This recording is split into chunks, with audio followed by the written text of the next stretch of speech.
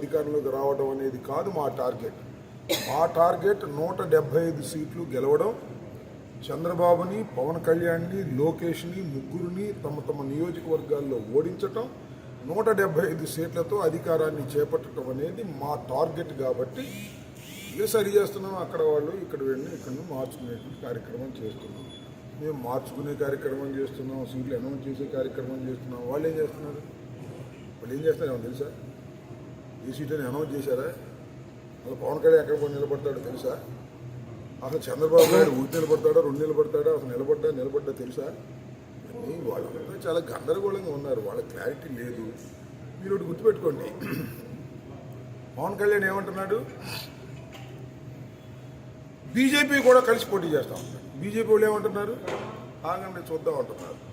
అవి తేలేవి కాదు, మునిగేవి కాదు, కాలయాపన తప్ప. ఈ 3 పార్టీలు కలిసి వచ్చినా, సింగిల్గా వచ్చినా, ఏం వచ్చినా జగన్మోహన్ రెడ్డి గారు 175 టార్గెట్ పెట్టుకుని విజయడంకా మోగించి ముఖ్యమంత్రి కాబోతున్నాడు. ఇది సత్యం. ఇవాళ కాబట్టి రేపు ఎల్లుండి అర్థమవుద్ది. ఇంకా అర్థం కాని వాళ్ళకి ఎన్నికలు అయిపోయి కౌంటింగ్ అయితే అర్థం వెయిట్ చేస్తున్నారు. టికెట్లు రాని వాళ్ళు వెళ్ళి ఆ పార్టీలోకి వెళ్తారు, ఆ పార్టీలో టికెట్ రాని వాళ్ళు ఈ పార్టీలోకి వస్తారు. ఇవన్నీ ఎలక్షన్ ముందు ఉన్నట్టు జరుగుతుంది. Don't take as a serious.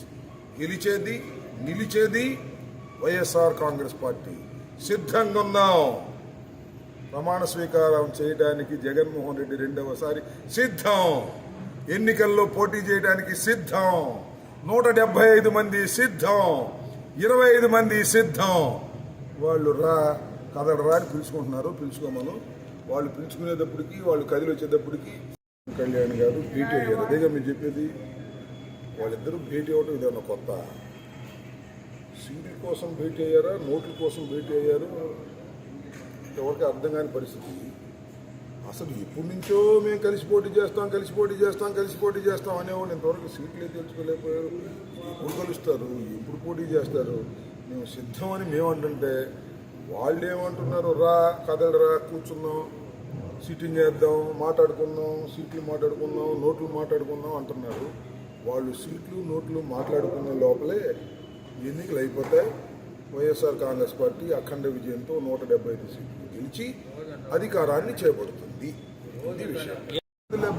షర్మిలమ్మ పిచ్చి తల్లి ఏదో కోతి కొబ్బరికాయ దొరికినట్టు కాంగ్రెస్ పార్టీకి రాజశేఖర రెడ్డి గారి కుటుంబంలో షర్మిలమ్మ దొరికింది.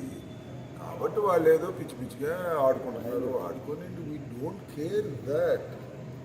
షర్మిలమ్మ తెలంగాణలో పార్టీ పెట్టింది, తెలంగాణ బిడ్డనుంది. అక్కడ ఫెయిల్ అయ్యి కాంగ్రెస్లోకి వచ్చింది. కాంగ్రెస్లో పెట్టి ఏదో మాట్లాడుతుంది.